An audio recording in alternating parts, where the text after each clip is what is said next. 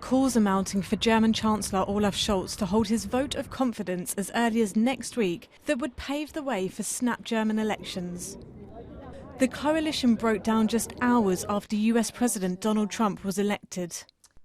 EU policy expert Dr. Tu Nguyen says the breakup was bound to happen. Domestically, the breakup of the coalition was inevitable. It's already days before the signs were there, and the differences and conflicts between the three coalition partners were just too big to overcome. Internationally and from a European perspective, the timing is very unfortunate.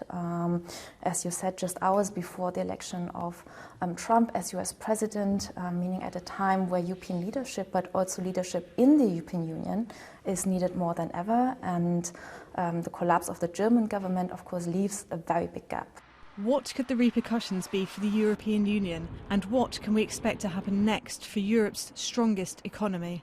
In a positive scenario, we will now have new elections in Germany next spring, and after that, hopefully, a stable government again that is willing to take leadership in Europe.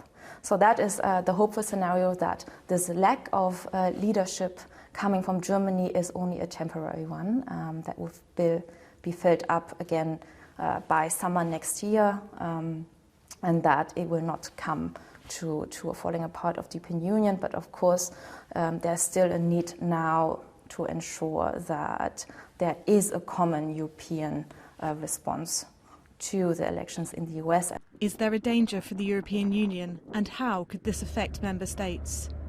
I think one worry that I have is that the election of President Trump will give backwind to leaders like Viktor Orban and Giorgia Meloni and push a vision of the European Union that is maybe more pro-Russian or less green, or even harder on migration, because they feel empowered by the results of the US elections, and at the same time there is no counter force in the European Council and amongst the other member states that can counter their vision at this moment in time.